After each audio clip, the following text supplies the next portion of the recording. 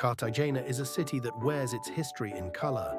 The old walled city, the Ciudad Amurallada, is a dense labyrinth of colonial mansions painted in shades of ochre, terracotta, cobalt, sun-faded coral, and deep mustard. Bougainvillea cascades from wooden balconies. Iron lampposts line cobblestone streets barely wide enough for two people to walk abreast.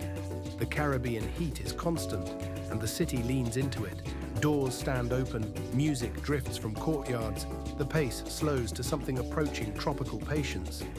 Cartagena de Indias sits on Colombia's Caribbean coast, a city built on a bay protected by islands and peninsulas.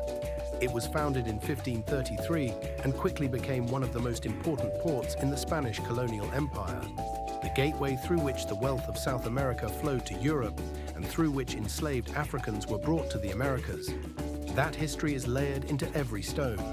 The massive fortifications, walls, forts, watchtowers that encircle the old city were built over centuries to protect against the pirates and naval forces that repeatedly attacked, most notably Sir Francis Drake in 1586. The old town divides into several neighborhoods, each with its character. The centro is the most formal, the cathedral, the palace of the Inquisition, the grand plazas. San Diego, quieter and more residential, has the feel of a Mediterranean hill village transplanted to the tropics. Getsemaní, once the artisan quarter outside the walls, has become Cartagena's most vibrant neighborhood.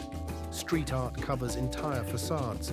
Small plazas fill with domino players and food carts in the evening, and the nightlife is organic and democratic. The Castillo de San Felipe de Barajas, the massive fortress on the hill above the old town, is the largest Spanish fortification in the Americas.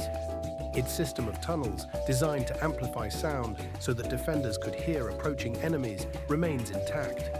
From its ramparts, the entire city is visible. The old town, the modern Boca Grande skyline, the bay, and the Caribbean beyond.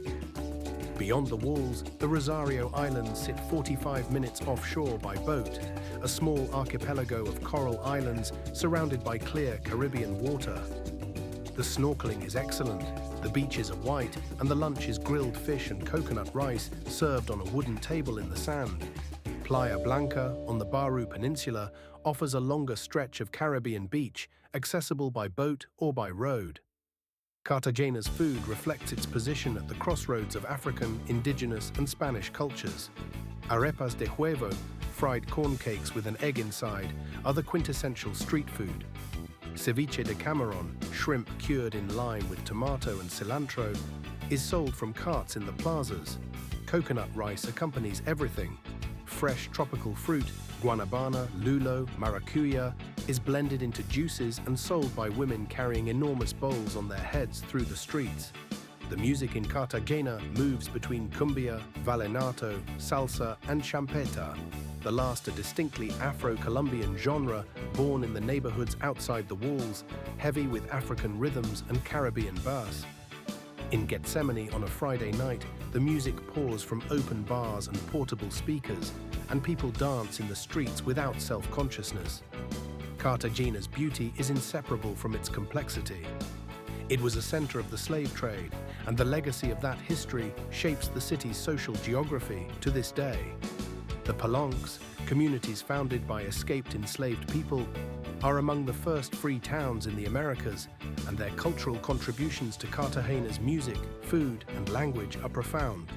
Visit in the early morning, when the light is soft and the streets are quiet, and the city belongs to the people who live there. Walk without a plan, follow the color, let the music guide your turns. Cartagena does not rush, and neither should you.